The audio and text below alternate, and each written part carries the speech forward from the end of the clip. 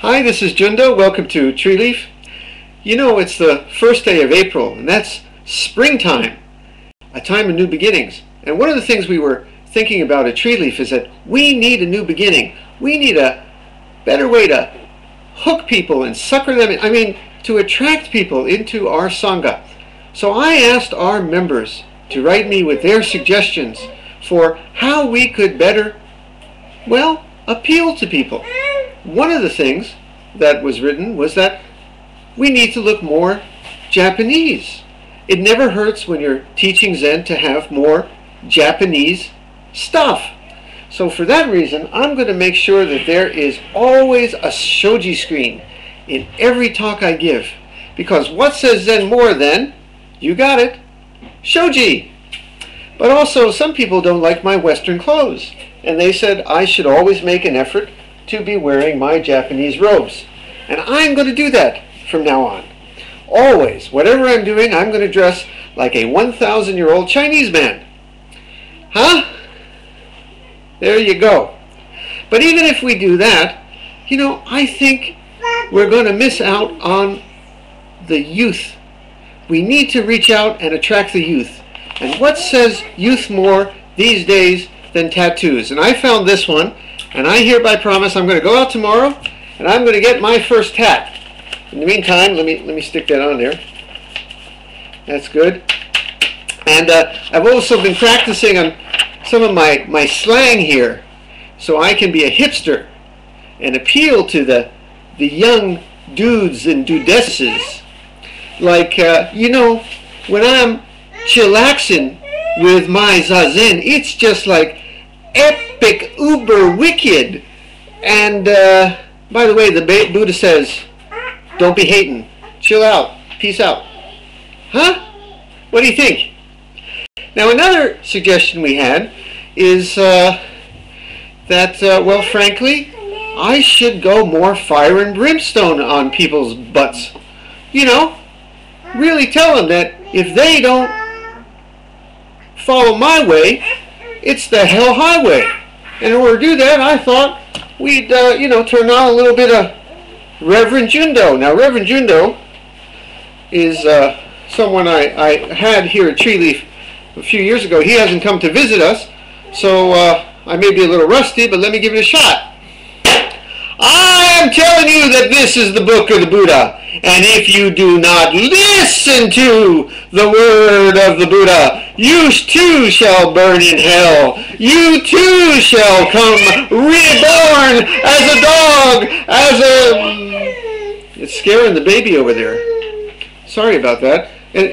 But actually, that was the best suggestion of all. The best suggestion was that in every shot, we should have a cute baby. Can I have a cute baby, please? I'll bring this over. This is our new daughter, Sada, and I'm going to make sure that she's in all the shots now. And not only a cute baby, but also cute animals. Very important. A cute kitty cat in every shot. How you doing, Sada? Why don't you say hi? People really, she gets a much better response around here than I ever do when I give my talks. So we're going to make sure she's in every talk. And not only Sada, but always going to have also a cute fuzzy kitty cat in every talk I give. And this surely will get the people. Fortunately, kitty cats and babies don't always cooperate, but you get the idea. Why don't you go to mommy for a while? Well, what else can we do? Somebody wrote and suggested that what I need to do is get on one of those big Buddhist magazines, like Tricycle or Shambhala Sun. So I called them up and suggested it. And you know what they said? They said, who are you? So this looks like it's about as close as I'm ever going to get to being on the cover of the Shambhala Sun. How's it look, though?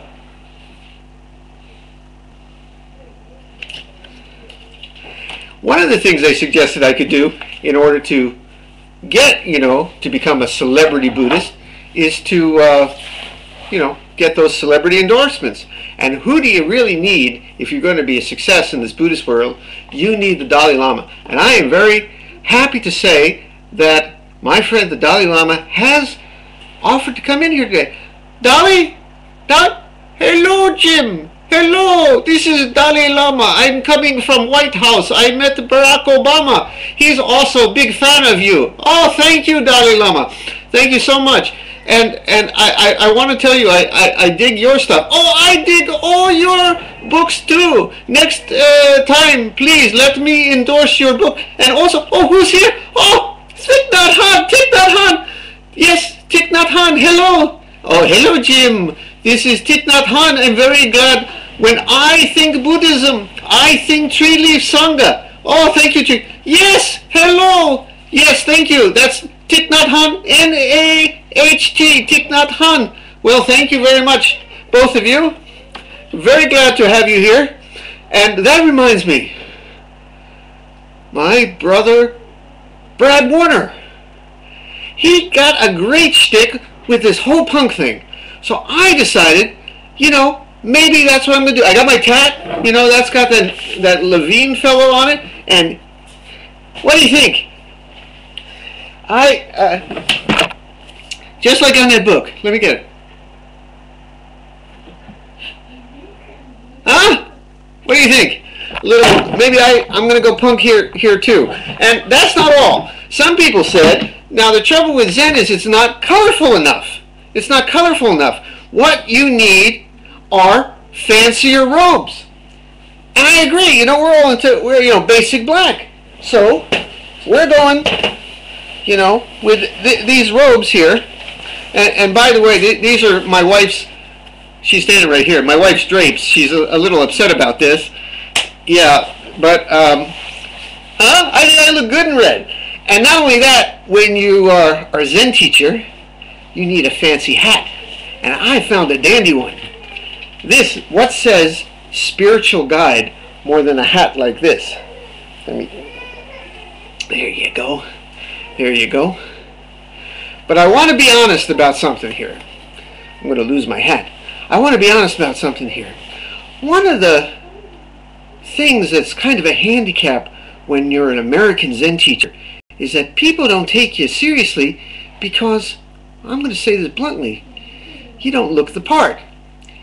I have sometimes said that, if you took a waiter in a Chinese restaurant and wrapped him in the red tablecloth, people would think he's a high lama from the Himalayas. But you take a guy from New Jersey, who may be the greatest Zen teacher of all, and because he doesn't look like he's from that part of the world, people don't take him seriously. So I'm just going to go out and do it. I'm getting my eyes done. Here, Mina, would you come over and help me here? See if this helps. And of course, you must speak like Yoda from Star Wars. Time, what is? Life, that is. Thank you, Mina. They get the point. One of the things is that people say I'm too understandable. And it's true. I really think that a lot of the Zen thing doesn't have to be, hard to understand. A lot of the hard to understand things are,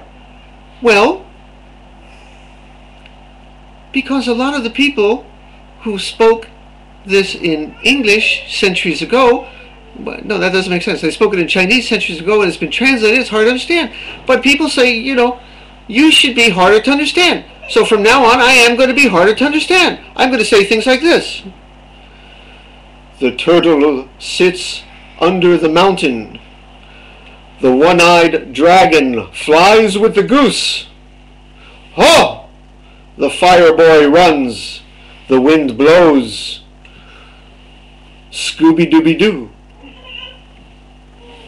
Zen! That's what Zen is all about. And also, you need a good stick. And somebody else wrote to say I need better beads. Better beads. So I got the biggest beads I could get. Look at these beads. Huh? And then somebody else wrote and said, you know, you got to keep tying this in for martial arts. So I got my sword. This is actually my wife's sword. She's the martial artist in the house. Am I holding this right, Mina? I got my sword. So I'll keep. Do I look the part now of the Zen master? I think I do.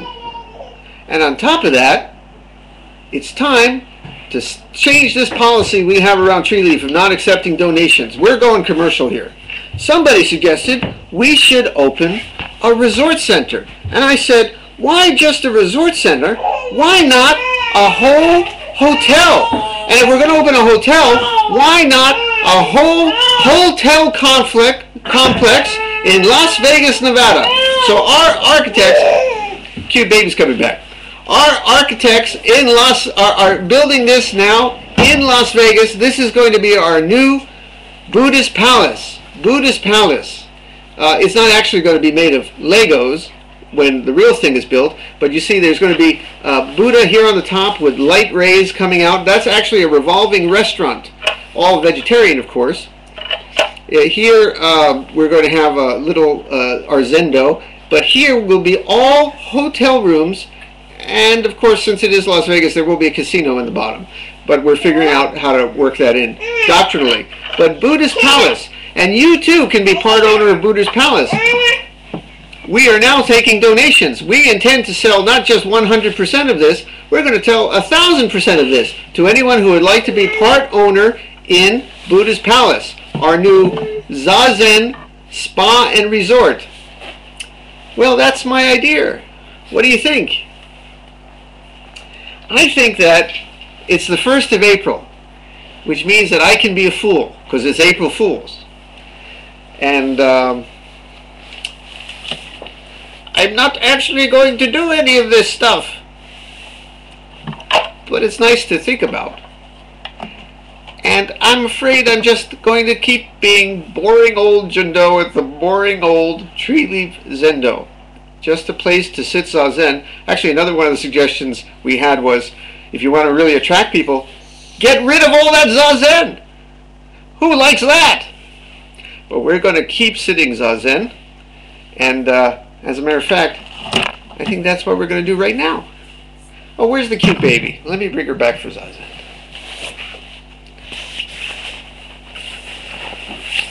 There you go. You want to ring the bell? Ring the bell. Ring the bell.